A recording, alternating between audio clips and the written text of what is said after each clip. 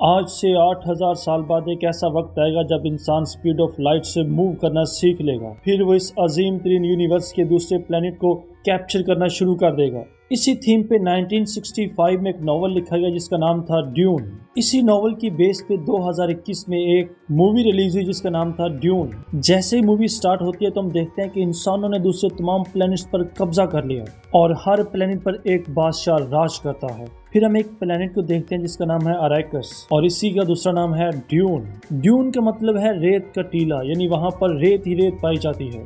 मगर इस रेत में सोने से भी ज्यादा कीमती एक स्पाइस है जिसकी हर प्लेनेट पर बहुत ज्यादा डिमांड है। जो भी स्पाइस को यूज करते हैं उनकी आंखें नीली हो जाती हैं। इसके अलावा ये स्पाइस यूज करने से वो एक लंबे अरसे तक जिंदा रह सकते हैं। उनकी बॉडी फिजिकली पावर बढ़ जाती है, उनकी सोचने समझने की सलाहियत बढ़ जाती है। स्पाइस यूज करने वालों के अंदर सुपर हीरो वाली क्वालिटीज आ जाती हैं। एक और खास बात ये कि इस स्पाइस को वेपन्स में भी यूज किया जाता है और सबसे खास बात ये कि इसको यूज करने वाले स्पीड ऑफ लाइट से मूव भी कर सकते हैं। इसलिए इस स्पाइस की डिमांड बहुत ज्यादा है और तमाम बादशाह इस स्पाइस को हासिल करना चाहते हैं। अरैकिस प्लैनेट की लोकल कम्युनिटी को फ्री मैन कहते हैं और ये लोग स्पाइस को अपने लिए बहुत मुकद्दस समझते हैं। इस मूवी की लीड एक्ट्रेस चैनी हमें बताती है कि हाउस हरकनन के लोग इस माइन को लंबे अरसे से ड्यून से निकाल रहे हैं और उनको रिप्रेजेंट करता है रेबन। फ्रीमैन ने बहुत ज्यादा कोशिश की कि वो किसी न किसी तरीके से रेबन को यहाँ से निकाल दें, लेकिन वो इसमें नाकाम रहते हैं। फिर एक दिन एम्परर ऑर्डर जारी करता है कि आप इस प्लेनेट को छोड़ दें,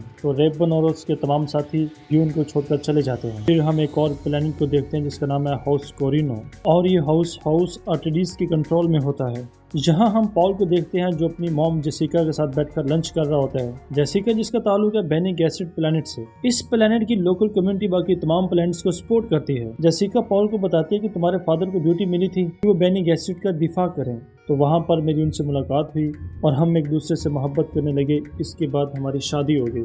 फिर तुम्हारी पैदाइश हुई जो हमारे लिए सबसे ज़्यादा खुशी का मौका था। जेसिका और उसके प्लैनेट पर रहने वाले बाकी तमाम लोगों में बहुत सारी पावर्स होती हैं, जैसे फ्यूचर को देख लेना और किसी भी दूसरे शख्स के माइंड को अपने कंट्रोल में करके उसे यूज़ करना। पॉल अपनी मॉम को बताता है कि मुझे बड़े अजीब से विजन्स आते हैं जिसमें फ्यूचर के हवाले से कोई ना कोई पेशगोई होती है।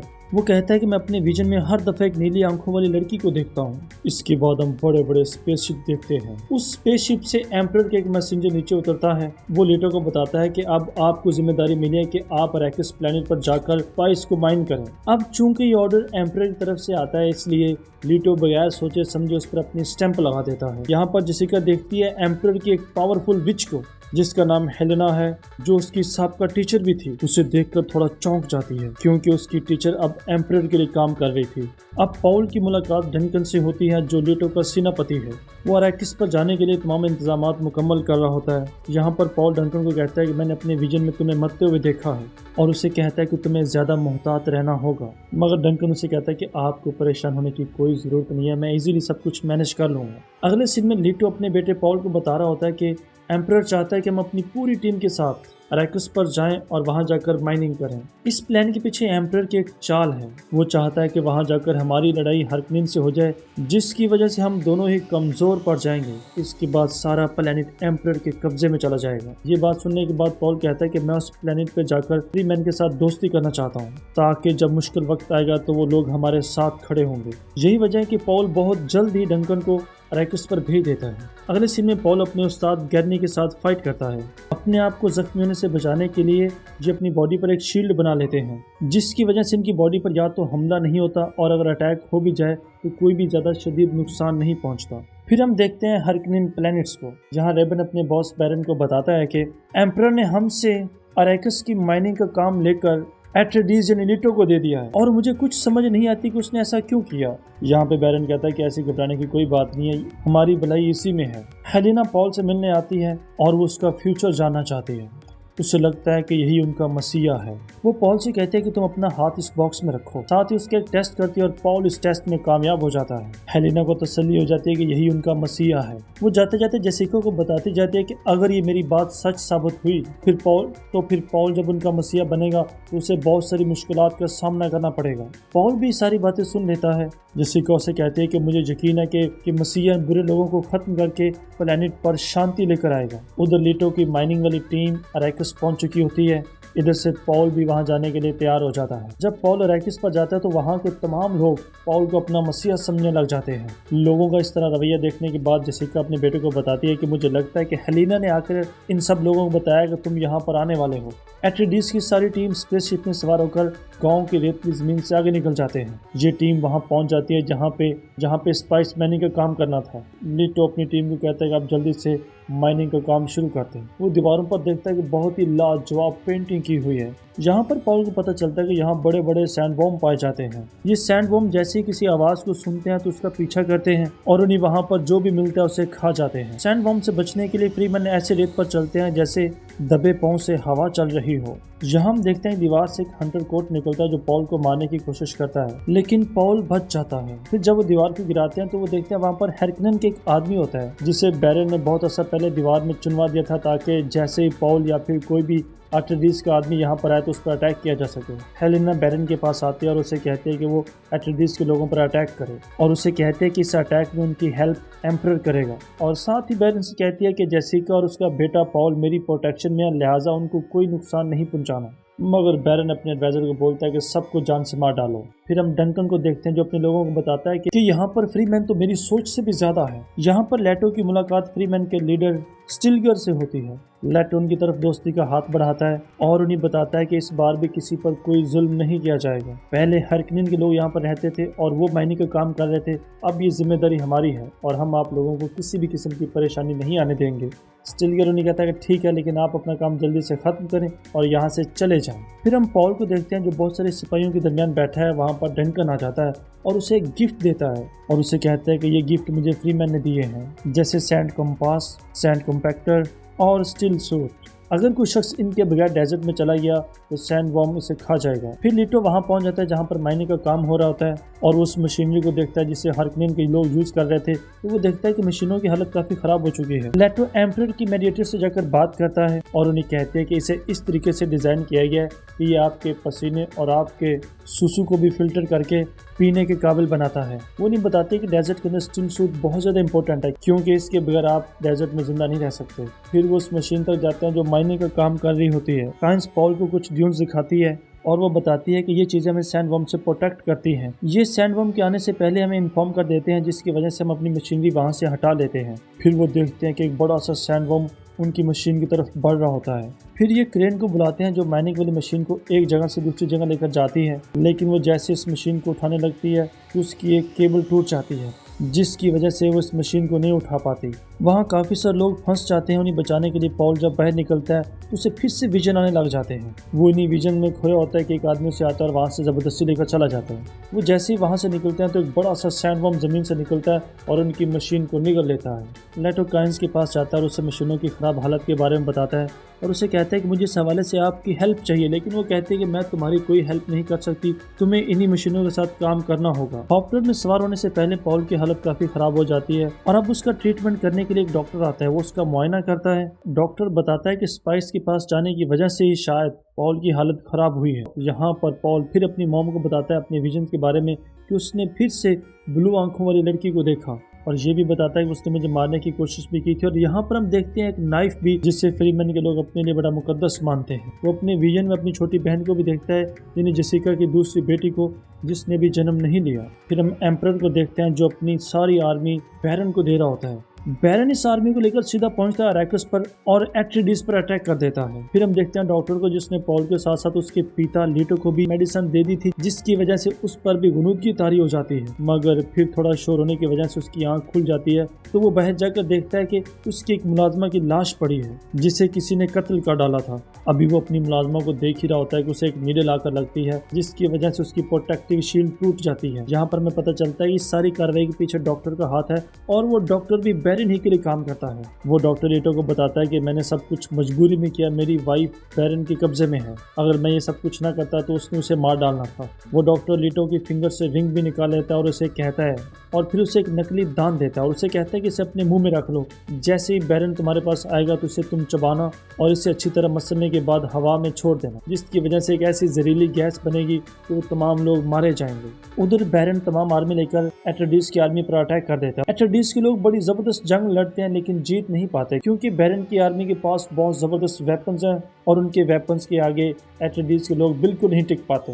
एट्रेडिस के लोग ये जंग हार जाते हैं। डंकन पॉल को बचाने के लिए बहुत सारे लोगों को मारते हुए पॉल के रूम की तरफ बढ़ता है, लेकिन वहां जाकर वो देखता है कि वहां पर पॉल और जेसिका नहीं है। दरअसल बैरन के लोगों ने पॉल और जेसिका को हॉप्टर में बिठा दिया था और ये तय किया था कि वो उन्हीं सैंडवर्म के इलाके में फेंक देंगे और जैसे ही वो सैंडवर्म के इलाके में गिरेंगे तो सैंडवर्म उन्हें खा जाएगा।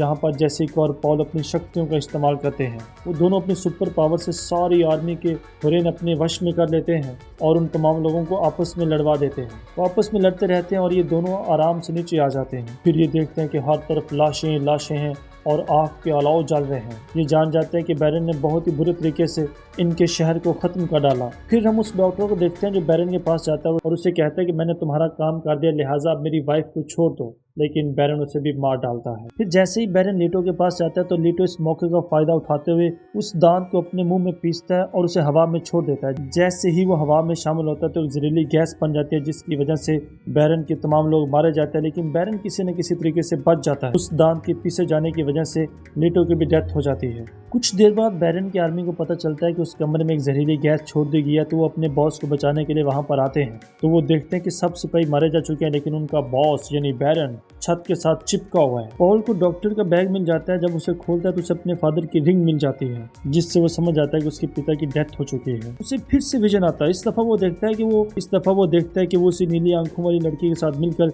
एम्परर की आर्मी के साथ लड़ रहा है। पॉल समझ जाता है कि फ्यूचर में उसकी एक जंग एम्परर के साथ होगी जिसमें नीली आंखों वाली लड़की उसका साथ देगी। जेसिका और पॉल बड़ी मुश्किलों के बाद उस रेतीले इलाके से बाहर आ जाते हैं। यहाँ पर उन्हें डंकन मिलता है जो उन्हें ढूंढ रहा था। डंकन पॉल को बताता है कि डॉक्टर यूए के बैग में एक ट्रैकिंग टूल लगा हुआ, जिसकी वजह से मुझे आप लोगों की लोकेशन मिलती रही और उसी की मदद से मैं आपको ढूंढते हुए यहाँ तक पहुंचा हूँ। यहाँ पर काइंस भी पॉल की मदद करने के लिए तैयार हो जाती है। ये सब लोग काइंस के टेस्टिंग स्टेशन पर आते हैं। काइंस इन्हें बताती है कि प्लेनेट पर रहने के लिए बहुत सारे यहाँ पर एक्सपेरिमेंट किए गए थे ताकि इस प्लेनेट को रहने के काबिल बनाया जा सके, और जैसे यहाँ पर स्पाइस मिला तो ये सारे एक्सपेरिमेंट बंद कर दिए गए। यहाँ पर पॉल कहता है कि मैं अपने पिता के प्लान के मुताबिक फ्रीमैन की आर्मी को अपने साथ मिलाकर बैरन की आर्मी को खत्म करूंगा, और फिर इसके बाद हम बैरन को खत्म करने के बाद ही हम एम्परर के खिलाफ एक फाइनल वॉर लड़ सकते हैं। इसी दौरान बैरन के लोग वहां पर अटैक कर देते हैं। डंकन उन्हें देख लेता है। डंकन और बैरन के लोगों के दरमियान बड़ी जबरदस्त जंग होती है, लेकिन यहाँ पर डंकन पॉल के विजन के मुताबिक मारा जाता है। जेसिका और पॉल एक टर्मिनल में चले जाते हैं।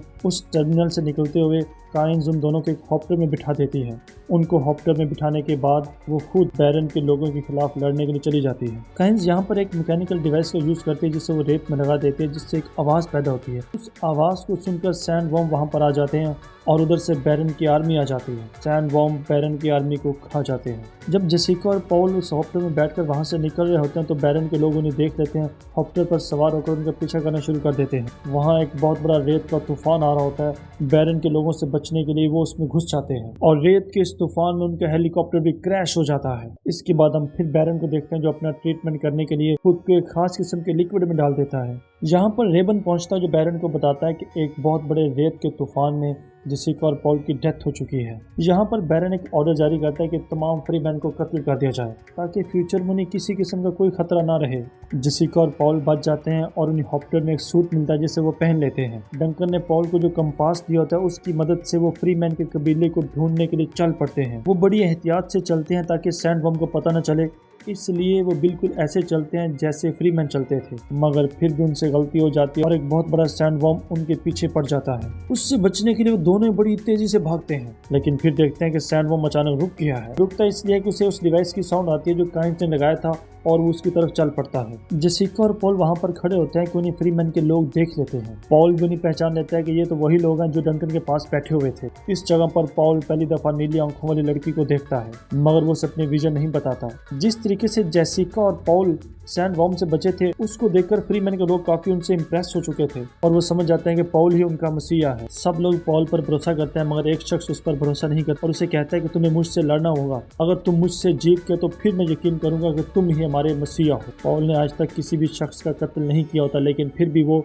उस शख्स से लड़ने के लिए तैयार हो जाता है। उस शख्स से लड़ने से पहले उसे एक विजन आता है कि खुद को मसीहा बनाने के लिए उसे अपने आप को मारना पड़ेगा। यहाँ पर चैनी पॉल को अपना पवित्र नाइफ देती है। इस बात के बावजूद कि चैनी पॉल को मसीहा नहीं मानती, वो कहती है कि नाइफ मैंने तुम्हें इसलिए दिया ताकि तुम एक योद्धा की तरह मरो, ना कि एक मजलूम और मासूम शहरी की तरह। फिर उस शख्स और पॉल के दरमियान एक जबरदस्त फाइट होती है। पॉल एट्रेडिस की आर्मी से बिलोंग करता है, इसलिए वो एक जबरदस्त जंगजू भी था, लेकिन उसने आज तक किसी को कत्ल नहीं किया था। पॉल जल्दी उस शख्स पर हैवी हो जाता है, लेकिन उसे कत्ल नहीं करता। इस पर एक आवाज आती है कि ये लड़ाई तभी खत्म होगी जब इन दोनों में से कोई एक मारा जाएगा। इस पर जेसिका कहते हैं कि पॉल ने आज तक किसी को भी कत्ल नहीं किया, और साथ ही पॉल को विजन आने लग जाते हैं कि अगर तुम्हें खुद को मसीहा साबित करना है तो फिर तुम्हें अपने ज़मीर को मारना पड़ेगा, इसके बाद ही तुम एक मसीहा बनोगे। इस विजन के बाद वो उसी नाइफ से उस शख्स को मार डालता है। फिर पॉल स्टिलगर को बताता है कि मैं आप लोगों की मदद से एम्परर के खिलाफ जंग लड़ना चाहता हूँ और आप लोगों की सपोर्ट से मैं उसका तख्त खत्म कर डालूंगा। अब स्टिलगर उस पर विश्वास कर लेता है और उन्हें अपने कबीले में कबूल कर लेता है। फिर जब वो आगे जा रहे होते हैं तो वो देखते हैं कि एक फ्रीमैन एक सैंडवर्म के ऊपर सवारी कर रही है, जिस पर पॉल बहुत हैरान होता है। तो चैनी पॉल को बताती है ये तो अभी शुरुआत है, पिक्चर तभी बाकी है, और यहीं पर ये मूवी खत्म हो जाती है। अगर आपको ये एक्सप्लेनेशन अच्छी लगी हो तो काइंडली इस चैनल को सब्सक्राइब करें और इस वीडियो को लाइक करना तो बिल्कुल नहीं भूलना।